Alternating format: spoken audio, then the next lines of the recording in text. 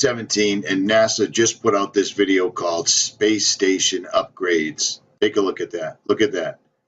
Space Station. We're in outer space. Okay, that's great. That's great. Look at that. Floating around in an underground swimming pool, so forth and so on. But I'm going to show you some real proofs that you need to answer, because NASA surely cannot, or they refuse to, one of the two. But I got to ask one thing.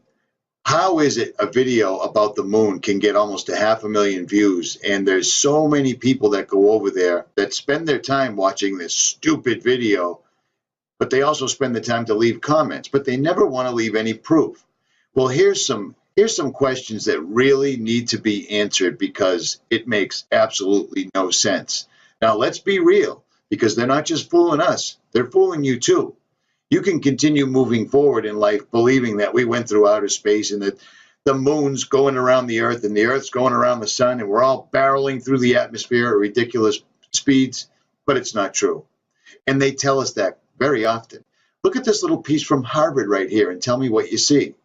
Now let's start with Harvard real quick. This is Harvard's own website. See, Harvard Solar Engineering Research Program launches now in 2017. But let's take a look at the picture from outer space. Do you notice anything odd about the horizon? Just real quick. That's their own footage, but I digress. Here's some more video from Harvard, which is from NASA. But do you notice anything strange in this picture? You see the sun coming up way over there, and you see the earth right here? This is Harvard putting it right in your face. Just look at this real quick. I'm not going to say anything like flat earth or globe earth or anything, but look what you're seeing right now on Harvard's website from NASA.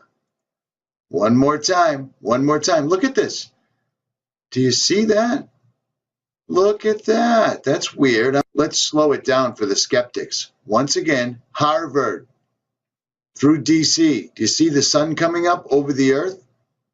Wow, that's queer, huh? Indeed. Okay, so real quick, let's listen to the first landing on the moon, July 20th, 1969. Well, maybe it's not the first, but let's listen to the moon landing, July 20th, 1969. Let's listen to them as he's talking back and forth to Houston as he's landing on the moon. Hello, Eagle, Houston, we're standing by, over.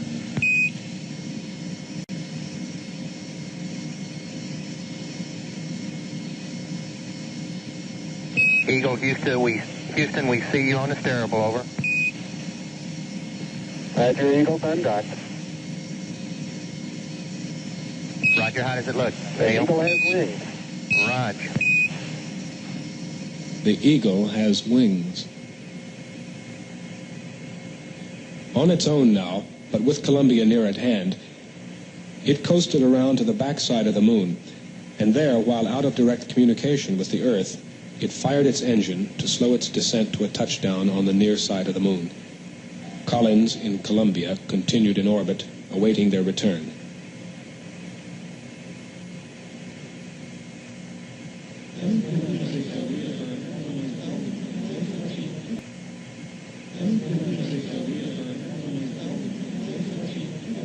Okay, all flight controllers, go for landing. Retro. Go. Fido. Go. Guidance. Go. Control. Go. Telcom. Go. GNC. Go. Ecom. Go. Surgeon. Go. Capcom, we're go for landing. Altitude 4200. Houston, you're go for landing, over.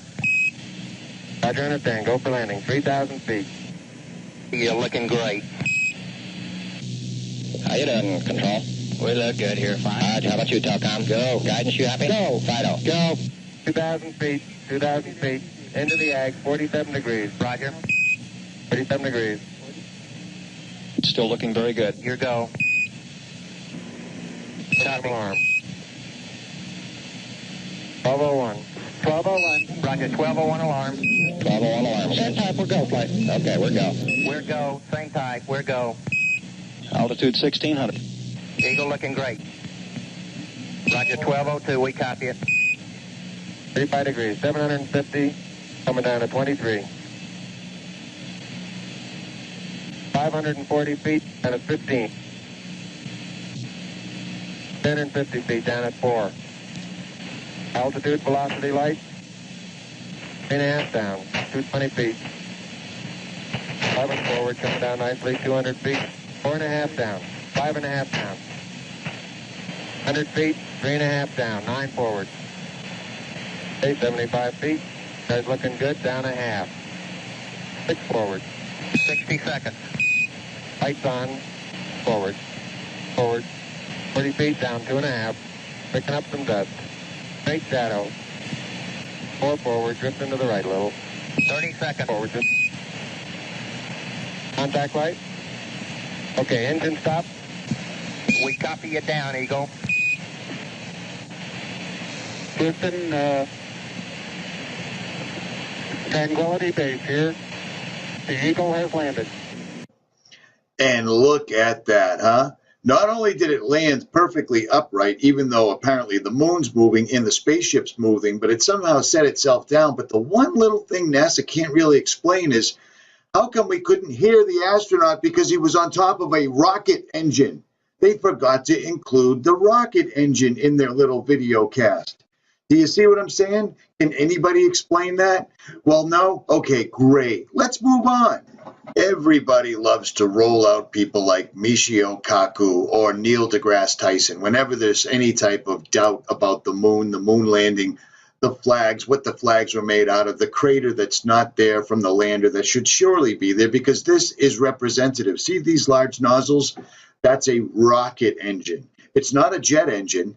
It's not an engine like in a car. It's not an engine like in a boat. It's a rocket engine. And this is what a rocket looks like, going up or landing, no matter what. But this is what they present us with. And it looks like nothing. It looks exactly like what it is. It's a sound stage. It's an absolute sound stage. And yes, it's a great, big, giant conspiracy, without a doubt. If a rocket just landed there, there would be a dune all the way around it. A crater, we'd call it. But I digress for now.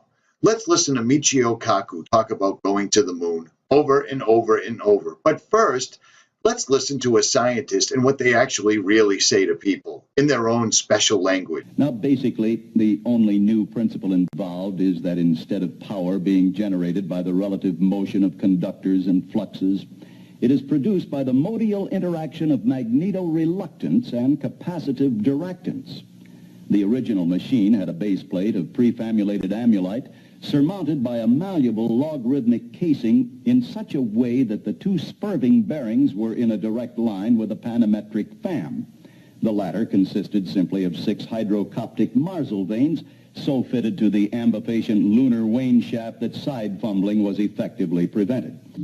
Now that may be comical, but still, that is the language that they speak in. They speak in their own arcane language, and there's no two ways about that, and people just drool over it. This guy in a white jacket is just so darn smart. You see what I'm saying? We have astronauts claiming they couldn't see any stars at all. And then turn the page, we have astronauts saying they could see all sorts of stars. We have Michio Kaku telling us that the flag was made out of certain aluminum foil materials and it was meant to look like it was waving. And then we have them saying that it was simply picked off a store shelf for $5. It was a regular old made in America, American flag. It's very difficult to tell the truth when everything is a lie. But we are cracking the surface. And you can easily tell that's occurring by looking in the comment section with the very, very angry NASA people jumping up and down, explaining in their fantastic vocabulary exactly how stupid I am and how quickly I should die. But let's listen to the Potter's Clay YouTube channel's top 10 NASA moon landing hoax proofs, we'll call them. And links will be in the description. NASA admitted that it had lost the original footage of man's first steps on the moon. YouTube and watch A Funny Thing Happened on the Way to the Moon. It contains newly discovered evidence, which is part of the missing tapes, of outtakes from the first mission to the moon, of them falsifying a shot of being halfway to the moon. We found never before seen footage of them faking part of the photography, which is in A Funny Thing Happened on the Way to the Moon, which has been licensed 5 times and can only now be viewed on YouTube. Here they discuss the fact that they have turned out the lights and have blocked out sunlight from entering the spacecraft through the other windows, as to not cause any reflected light to fall onto the spacecraft's wall in the foreground. Okay, very good. Wowie. shut out the sun coming in some of the other windows into the spacecraft, so it's looking through the number 1 window, and there isn't any reflected light. The reason this was done is so that the truth of the matter would not be revealed. It is this. Though the federal government would have you believe that this is a view of Earth from a distance out of the spacecraft's window as it nears the moon, it is not. What they have ingeniously done is placed the camera at the back of the spacecraft and centered the lens on a circular window in the foreground, outside of which it is completely filled with the Earth in low orbit. The circumference of the window then appears to be the diameter of the Earth at a distance. As they perfected the shot, a crescent-shaped piece of black material was inset slightly into the window to create the illusion of the Earth's terminator line dividing night and day. It is uncannily convincing. During this segment, intended to be edited and played back later for the worldwide television audience, dated July 18, 1969, Neil Armstrong condemns himself as he states that he is 130,000 miles out. Roger, Houston, Apollo 11. Calling in from about 130,000 miles out.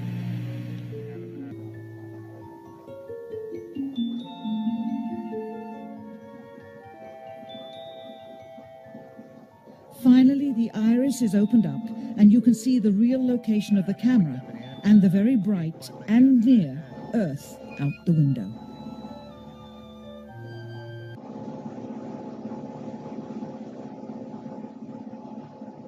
Here is the slate for the 19th of July, and the same shot of trickery on the 19th of July, and then the 20th, and the same misleading shot on the 20th.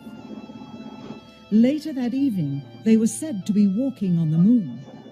How can this be when they were in Earth orbit only 9 hours earlier, and the moon is some 3 days' journey away? So I took a year and I traveled across the country, and folks, I've actually posted it on YouTube. It's called Did We Go? And the challenges, Geraldo, everywhere I went, it was just amazing. Moon rocks falling in Antarctica, Neil Armstrong's silence. But I was the first to report, and you played the clip earlier tonight, that all the science data, the telemetry data was missing. Now, Geraldo, for NASA to come out and say that all the tapes were erased, I mean, it's incredible. Geraldo, this isn't just one tape. This is rooms of tape labeled Apollo 11 moon landing. Someone had to physically go and erase it. It's very challenging to try to prove we landed on the moon, and it shouldn't be challenging. It should be there. There should be plenty of evidence. Now, in this video, he shows really, in a common sense fashion, if you have a girlfriend or if you have a spouse, you realize how much hair ends up in the bathroom, ends up in the shower. Yet on the International Space Station, apparently there's no rules at all. You can be in terrible shape, still go up to the space station. You can have your hair hanging out absolutely everywhere. This is obviously fakery, and it's not even good fakery, to put it bluntly. It's so ridiculous how often you can catch these people lying, and then how often you can catch the CGI. It's just beyond pathetic. I'm going to leave links in the description so you can keep following this, but the Potter's Clay YouTube channel does a phenomenal job in my opinion, and he doesn't have enough followers. At any rate, Richie from Boston, here's just a few for all of those people that can't seem to wrap their head around it, that their government lies to them. Actually, let me throw in 2 more real quick. Now, in 1986, I was what? I think 19 years old, okay? Is that right? 67? Whatever. I never said I was a mathematician.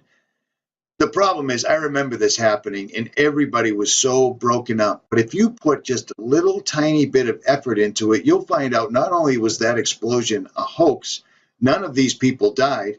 And the way you can tell that none of these people died is they're all still alive and easily identifiable.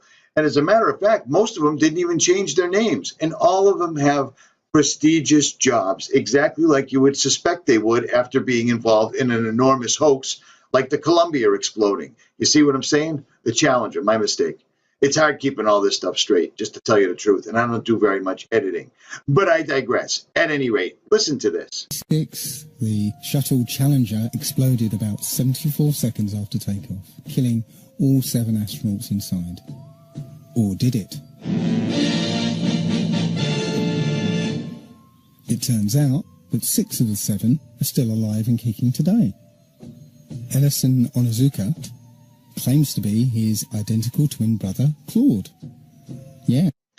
Now, I know a lot of you guys are really good at the detective work. Look at these people. Look at their expressions. Look at the facial bone structure. It's clearly and obviously them. And that's how the elites work. They love letting us know that they pulled stuff off, because there's no consequences. They can simply just smother the rumor with the media that they bought a long time ago. Moving on. I've got an identical twin brother, Claude, too. The Challenger pilot, Mickey Smith, hasn't even bothered changing his name. He's now Professor Michael J. Smith of University of Wisconsin. Now, Krista McAuliffe was a bit of a sneaky one. She was the Challenger payload specialist, quite famous for being a teacher. It turns out during her astronaut days she was using her middle name, Krista, and now she goes by her first name, Sharon, and she's a Syracuse law professor. The Challenger commander, Francis Richard Scobie, is now Dick Scobie, which sounds like a rather unpleasant disease, the CEO of Cows and Trees Limited. Judith Resnick, the Challenger mission specialist, again hasn't even bothered changing her name. She's a professor at Yale Law. And finally, Ronald McNair, another Challenger mission specialist, claims to be his identical twin brother, Carl McNair. What are the odds? Now look at these people. Look at the space. Look at the upside-down pyramid that forms on her forehead, and it's still right there. Look at the smile, the dimples, the nose. The same thing with this handsome fella. Look at the lazy eyes. They're right there. Look at the width between the eyebrows. It's the same thing. It's exactly like the crap they pulled in Sandy Hook, where people played multiple, I'm a grieving father, but I'm also a SWAT team member. You see what I'm saying? They love jamming this in our faces because most people are too busy looking at their cell phones, paying their bills, or not raising their children. It's a busy time to be alive. Now, here's another thing that I almost forgot, and I just made a comment about it not too long ago. This is explained by Michael Strout YouTube channel. The link will also be in the description. In order to reach the moon, astronauts had to pass through what is known as the Van Allen radiation belt. The belt is held in place by Earth's magnetic field and stays perpetually in the same place. The Apollo missions to the moon marked the first ever attempts to transport humans through the belt. People contend that the sheer levels of radiation would have cooked the astronauts en route to the moon, despite the layers of aluminum coating to the interior and exterior of the spaceship. Now, I don't know how many times I've shown this, but again, I'm going to show it once again. They've admitted on more than one occasion how they're still testing so that they can get humans through the Van Allen radiation belt. We are headed 3,600 miles above Earth, 15 times higher from the planet than the International Space Station. As we get further away from Earth, we'll pass through the Van Allen belts, an area of dangerous radiation. Radiation like this could harm the guidance systems, onboard computers, or other electronics on Orion. Naturally, we have to pass through this danger zone twice, once up and once back. But Orion has protection. Shielding will be put to the test as the vehicle cuts through the waves of radiation. But Orion has protection. Shielding will be put to the test as the vehicle cuts through the waves of radiation. Now, if they did this back in the late 60s, they don't have to test anything. It should have been improved tenfold by now. But that's not the case.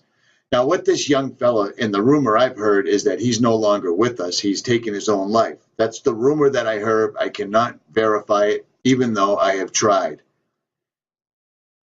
This young fella believes he's talking to an audience that's not really listening. He believes that the medication, vaccinations, and fluoridation has taken effect and the dumbing down of America is complete. And perhaps all those pesky jerk-offs that were still alive when this allegedly occurred the first time have all passed away. Sadly, they have not. Now, finally, let me throw this one in there for those that love to leave comments but don't seem to do any research. NASA was wholly manned by Nazi scientists that should have been put up on trial for war crimes, but instead found a cushy job here in the United States helping NASA pretend to go to the moon. And they did a great job. Let's check them out. We really want to understand what's going on in space today and what's happening with the plan to put weapons in space. I think it's instructive to go back and understand the origins of the U.S. space program. And to do that, you have to go back to Nazi Germany.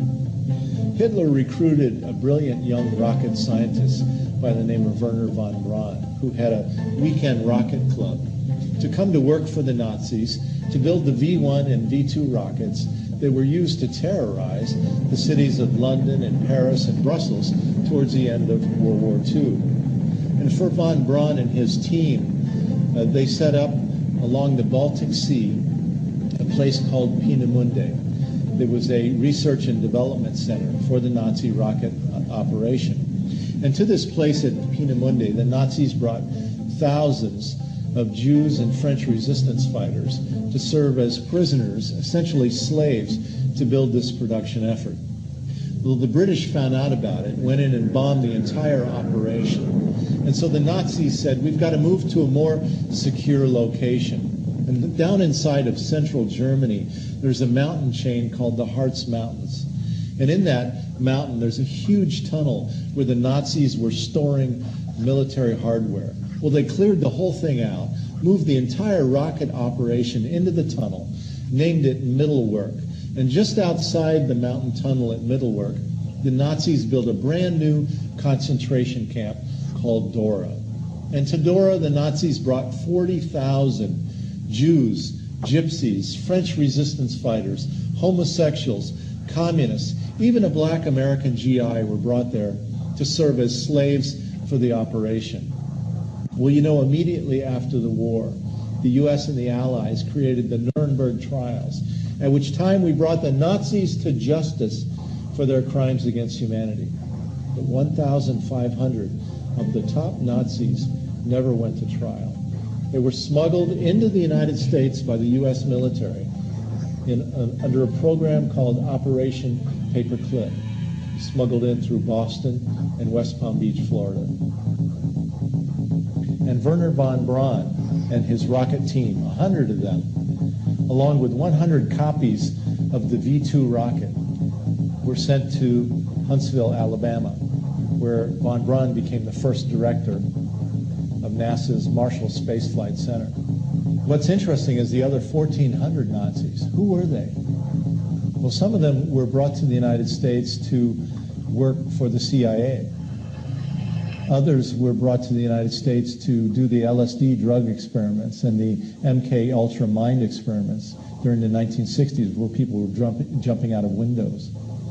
Some of the Nazi scientists that in Germany had been taking Jews and putting them in freezing temperatures to see how the body would react to that were sent to Wright-Patterson Air Force Base in Ohio and were put in charge of the U.S. military flight medicine program. And so when you take 1,500 of the top Nazi scientists and essentially seed the military-industrial complex, the question I have is, do they bring with them an ideological contamination? And this is Wernher von Braun's headstone. And it looks like Mr. Braun was leaving us a little clue right there in the form of Psalm 19:1. And according to the King James Version, the heavens declare the glory of God, and the firmament showeth his handiwork. Any other questions or comments? You really may want to understand that some of us have looked into this to the nth degree. I was a firm follower of space, NASA, and all things star, planet, other other galaxy related my entire life. Until one day, while looking through a telescope, I realized what I was looking at was not what they described to me whatsoever. Stars in no way are smaller, more distant suns, because if you work out the math for light years, we would be seeing things that were either there a long time ago or haven't even been there yet. This is a star through a telescope. Everything they have told us is a lie. And in my opinion only, I'm not pushing this on anyone, this is what I believe, they are simply and only trying to hide God. And I also firmly believe the reason they built CERN is because they can't go up. So they're going other dimension. And that's it. They're basically kicking the side door out of the firmament because they can't go up. At any rate, all the links will be in the description. This is Rich.